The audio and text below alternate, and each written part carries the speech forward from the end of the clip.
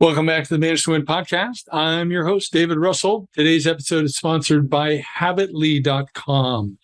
And, maybe you've got somebody that you work with who could be much better in the way they communicate via email. We just introduced a new 5-minute episode on Habitly. It's animated, it's fun, but it makes some powerful points on how anyone can be more effective and efficient in the way they communicate via email. Recommend you check it out, Habitly.com, first 7 days free. You cannot go wrong. Today's podcast is with Gabriela Pulido, and she is someone who moved from Latin America to Miami years ago, and she helps companies go after Spanish-speaking markets here in the U.S. and globally, and walks us through the process, what she does, and some of the examples. It's very interesting if you want to go after that market. So I recommend you listen to her advice. Let's dive in.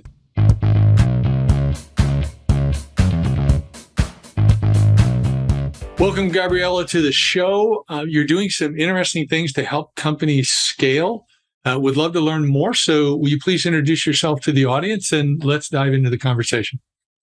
So thank you, David. I'm Gabriela Pulido. I do help and advise companies scale, and scale meaning growing beyond their cost and consistently growing beyond their cost with the branding and communications perspective. So we take advantage of that asset that many people do not leverage, and we take and actually empower that and supercharge the brand so that it can help companies, small, mid-size, and larger companies scale. And can you give me an example, maybe a before and after of like what you do, like kind of typical client, or do you have typical clients, or are they all different? They're industry agnostic, but we do tend to help more on the fintech side and on the financial side, more on the service-based companies, if you will, small, medium size. What the typical problem would be, I'm growing. I want to grow within the Hispanic market. I don't know how. I don't know how to communicate. I know I'm doing this, and Hispanic segment is growing.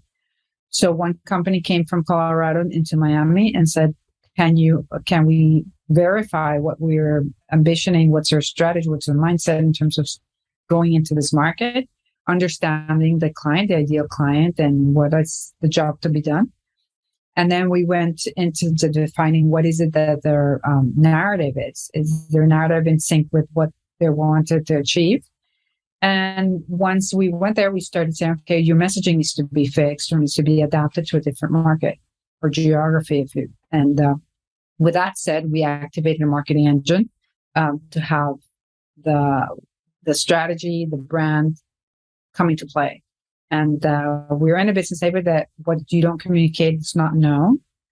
So, or if you communicate the wrong things are going to be known by the same token. So that's in essence, what we do. We understand where and why the company exists and get that into the narrative and then get that into the experience. And can you give me an example of how it changes as they focus more on the Latin market? So it's common to say, okay, everybody speaking Spanish is Hispanic, but it's like you said, everybody speaking English is the same. So somebody from Australia is the same with somebody from New York, which is not the case. So you need to adapt to understand what the person speaking Spanish is first generation or fourth generation coming in. They're completely different needs. And somebody from Colombia would be different from Argentina. And you need to understand what stage and what is it that they will hire your brand for. So that's a question you need to ask. The job's to be done. It's like, why would they hire you? Why would they hire your brand? And how are you making them feel? What does your customer, your client, what keeps them up at night? Something like that, you understand is, okay, if you're solving for a big, expensive, important, urgent problem for them, you're going to thrive.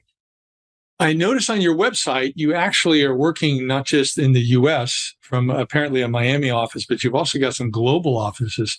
Do you want to talk about that? Because apparently, am I correct in assuming you've got clients that maybe are U.S. based or based somewhere else, but they also want to move into South America? Yes, and there are companies from Latin America coming into the U.S., which is one of the cases was this bank. that we worked for. And the idea for them, it was an immigrant bank who helped tending for that particular segment, which is Venezuelan in Miami. And all of a sudden they needed to change just because they had some important out of their control impact that they need to detach from their home country and need to understand, okay, so we have a structure, we have a bank, where should we go? So we started that positioning, understanding that instead of being an immigrant bank, we became a community bank. So all the strategy went into understanding, sifting through what is the right segment that we need to tend in order to scale the company. So we went into a community bank. And that said, okay, why don't we define what that community is needing and understanding the needs of the community in South Florida and Texas was that it needed to be more American. It needed to be, as opposed to Latin America, but it needed to speak Spanish also. So we did a positioning, community bank, a name change, which we came from Mercantil to Amerant. And then we started sifting through, okay, what is the right identity, the right messaging, and how do you open that window to that very little segment that starts growing? It's not the immigrant or the Venezuelan or the Latin America. It's the community that has something in common with this bank, that they want to thrive and they want to grow from the base, from the community. So the whole process is understanding where you're going, how you want to be recognized in that positioning, and then understanding that your brand needs to change because it wasn't a fit. And that we went into developing the whole design and the whole experience for them, including the website and everything. But it came after you define the strategy, after you define where you want to go. And that is from Latin America to the US, but also from the US to Latin America. We see companies coming in and saving.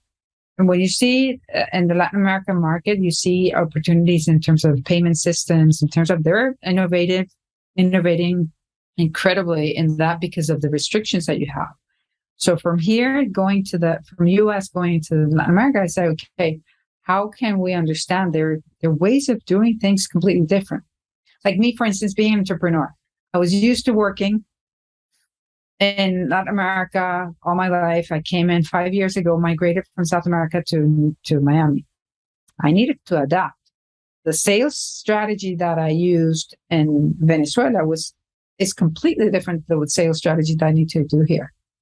And I spent like a year working towards, okay, understanding, interviewing 150 people here, understanding what was happening in Miami. This Miami tech scene was real. So I started going through. But in essence, what I recommend when you're doing that type of thing, understand, and I did it for myself. So understand and adapt. And I was the one who needed to adapt, not the market. So I needed to understand what was working and how can I differentiate myself in this market. So how did you do that? Who did you talk to? Where did you find the people to talk to? How did you choose who to talk to? I'm sure you weren't wandering sidewalks and just talking to any random people. What was your strategy and how did you implement that? So I went off and said, okay, who are the leaders? And the typical thing is how can you get to the right network? And the first step is friends and family, and how the people come here. And that network came, in essence, one very closed. So that didn't work. That worked as the sameness. And so the same strategy that worked out. So I decided not. I engaged with like Endeavor, which is a network of they help entrepreneurs scale. And I'm part of that network. I'm part of the economic group of Miami. So I started looking into networks that I was in sync or we shared some values. They also started figure out what was happening in Art Basel and figure out that Miami Tech Week and getting into the right connections that are in sync with what I do. So I'm not involved in the real estate move way, but I know the developers. So getting to the developer side, getting to people that that can give you access and that can, at the beginning, it was to understand. From buying the newspaper, local newspaper, to understanding what was happening here, to meeting the people and just understanding. And yes, I went my way to get a feel of what could work. And that's why I pivoted my business also. I'm curious, Gabriela, you talk about joining networks, and some people in our audience might gain from some clarity on what exactly did you do? Did you just grab a membership and attend some events? Did you join committees? Did you serve? How did you actually develop the relationships within the network versus just kind of joining on the fringe and then kind of studying what they did? So that's a great question. I can give you some insights as to what I did. Maybe it was not as structured as you were asking, but I did do, the first place I went into is LinkedIn profiling. So I went to LinkedIn and see who is around my network, who's around this space, and spaces that I would see that it's important for me. Instance, like VC funds, accelerators, people that are in the news or generating change. So I like to see changes and understanding what are the key movers and who are the key movers. And I went and from that network, who knows? And I got from second and third connections, I got access to really relevant people making a difference. For me, it was important, the Miami tech scene. So I went into the Miami lab. I went into the Endeavor, the Beacon Council. I went to different spaces that are more are closer to what I thought it was important. But I also went into new schools and there's parents and teachers and understand what was going on. So I was just like a sponge getting into what was really happening, because yes, we might speak Spanish, but it's completely different the way the people do businesses and what's relevant, what's important. So I want to know things. Yes, there's legacy brands, there are legacy teams, there are legacy companies, but also newcomers. And the newcomers they're open here to see newcomers. So I got into that space. Okay. And what are the common mistakes that people make or businesses make when they want to go after a segment of the Spanish-speaking market? Assuming that they're all the same. Assume that I just can't Google Translate my message and that would come across perfect. Which, no, you need to understand what are you solving for them. And what are you solving if you're solving for this bank, and maybe you assume that all these people are, they're just in it for just saving or this, but maybe they're a bit more structured, a bit more sophisticated, and they're so complete. So we go about it understanding what it is different. In terms of car insurance, we did some also a project for a car insurance and understanding what is valuable for them.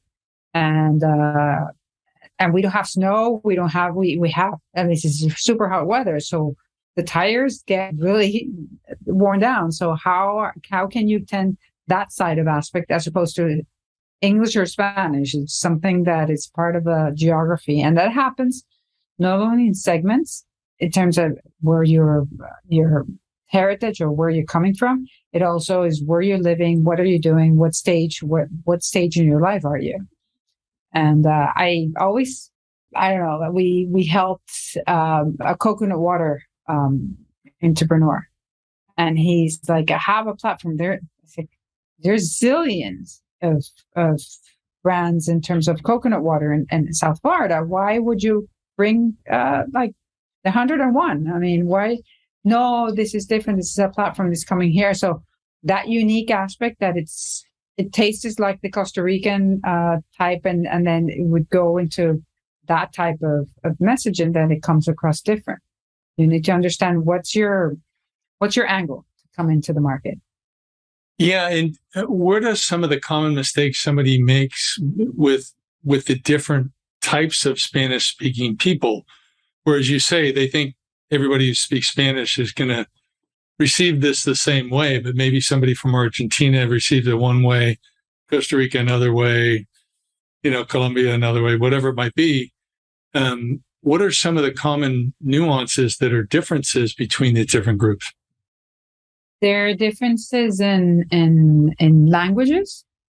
So there's Spanish, but what you name papaya would be different in one country and in a different country in different countries. So you need to have like a neutral aspect. Even the accents, you have, if it would say the British accent and the American accent, you would say, well, you can't say American. American have New York or Boston, or you have different accents in a way. But the idea is that the biggest mistake is to assume. So go test it. Go figure, what are you solving for? Go figure that one out before you assume that everybody's like blanket solution for everybody. One of the things is also Latin America come from a space where trust is really important, and they distrust a lot of like the establishment, distrust financial, because they come from a place where there's turmoil, there's this. So that angle is yeah, you can say is that is a pretty delicate subject. So they're not going to trust you. Once they trust you like forever. But then again, it depends on the degree. There's a Dominican, there's a Colombian, there's a different degrees of you have to understand where they're coming from. And it's even wrong to say that country driven has that segment. It's just like people. What's your niche? What's your segment that you're solving for? And how long does it typically take for a company to go through this process? If I wake up tomorrow and I say, I want to go after the Spanish speaking market in Miami, or wherever, let's say it's in the US. And, how long does it take to work through the process that your company would typically run somebody through to really, to understand how much work we're going to have to go to rebrand and do the special things to go after the market and the potential size of the market, I would think. Yeah, we usually do this process in like 3 months, and give or take. The idea is to, yes, we go deep dive into what is it where you're heading, what's your scaling mindset, where are you, what's your strategy, what are your growth options, and then that would take 3 to 4 weeks, and then we go into the branding, into the narrative, and how do you get the narrative, test the narrative, and create your brand. And then the experience would be more on the marketing plans and the customer experience, customer journey profiling. So give or take, it would take like 3 months. It depends. Obviously, it depends on how much you have. If you already have the market research, and also, mind you, we like to work with our clients. We partner with them. We don't work for them. The idea is different. We both have activities, responsibilities, and things to work out so that the process flows with our blueprint type of, we have templates, yes, we have structure, we have processes, but we like to work with our clients in that way so that they get concrete answers, they get concrete recommendations. And not only that, we help them, once we have that, we help them to activate what we call the marketing engine. So we have everything set. So we do what the marketing plan says, either to generate leads, to generate awareness, whatever it is the objective, we go about it. Say podcasting, outreach, say influencers, say white papers, whatever it is, so that they become leaders or thought leaders in that segment. So when you go out and test this, how do you find those people to test? And what, So for the back, we go about, you can even go, if you're a small company, you can even go Google surveys. It's super fast, powerful, and you get that insight. One-on-ones, see what's happening in the market. If we were doing like we did ice cream, or we go and figure out that the brand. In this case, it was great. So we went and do the study. A typical study would say have a focus group, which is like, I don't know, Mad Men type of way back then. But at this point, we went in and understand what was the brand solving for the ice cream brand. And this ice cream brand, so the grandmother would say, oh, my grandson loves the ice cream. It's for him, and he loves it. And the grandson would say, oh, this is like a super outdated brand. It's for my grandmother. So it's not even for the grandmother, nor for the grandchild. So it had a complete disconnect. Who is it talking to? So we say, okay, it can't be that broad. We need to take it to the kid because the kid is the one. This is a product for kids, novelty ice creams, whatever. So we took the brand to talk to the kid, and that you see that growth and of that market share of that company. So studies, it depends. If you're fast moving consumer good or a you would go and test directly and have that early on to have that insight as to whether there's interest, demonstrated interest, whether they likability of it, and figure out what the competition is also doing. See what's happening. And in that case, particularly that ice cream case, it was important because a very big company was coming into the market, and we didn't know what brand was coming into the market. So we had to protect, and we had to grow before the other came in. And it was clever in a way to understand that the big aha was we need to talk to some target, and it can't be that broad. It can't be that fuzzy. Yeah. So were some of the people you're talking to actually with the ice cream buyers at retailers that would stock the ice cream? No, at this point, we're talking to the end consumer. I think the end consumer was the one that the call is going to be for the end consumer. It was going to be a pull strategy from them, and they wanted that product in the market. And in essence, it's completely different if you talk a financial advisor. If you talk for a wealth management firm, and you have many advisors or any broker advisory firm, and you want to talk to the broker, and then you want to talk to the end client, and how do you make your ways to talk to both without confusing them? And that's when we work for Insigneo, for instance, which is a wealth management firm here in the U.S. and Latin America. It's huge, and the idea was, okay, we need to get some more brokers in, so that one of the segments is a broker, understand what we're selling for them, but also we can't not have in our horizon what's happening with the investor, with the client of the financial advisor. So, and that way it depends. Like I was saying, it depends on what is it that you're testing. But go test it out there. It can be as simple as a question, and I would certainly ask and see the product market fit if it makes sense. Wow. It sounds like a lot of stuff. I can see why people hire your company, and then you got to have the expertise. So if people want to learn more about what you're doing, I really appreciate what you shared. They want to learn more about what you're doing. What's the website, or where else would you direct them to go? So they can talk, they can call, or they can write. And the first place I would send them to is my website, which is Scalto. It's scalto.com. There you can there's a WhatsApp, there's a messaging, you can book a scaling assessment session with us, and we can just walk through what it is that we see once you finish that assessment. And if you want no commitment, if you want to go forward, we talk later on as how we can build a project together that we can help you scale. But for us, we need to figure out if there's a fit from your end, from our end, so that we can we'd like to see companies scale in that way. That Insigneo company, we started working with them. They had AUM of $8 billion, and now they're in 21 billion. So US dollars. So we've helped a bit in that process. Well, that's great. And I love the way people come in and just kind of test the waters and see whether, they've got a match with you and going after Spanish-speaking markets. So that's great. Thank you very much for being on the show, Gabriela. Thank you. Thanks for tuning in today. If you like the episode with Gabriela, please subscribe, leave us a comment, a rating, feedback. We love to hear from you. And don't forget our sponsor, Habitly.com. If you want to communicate, if you want to avoid getting angry, or how to deal with someone who's angry, or a variety of other things, you want to be the person you want to be, check out Habitly.com, the habits of highly successful people. Can't lose, first 7 days free.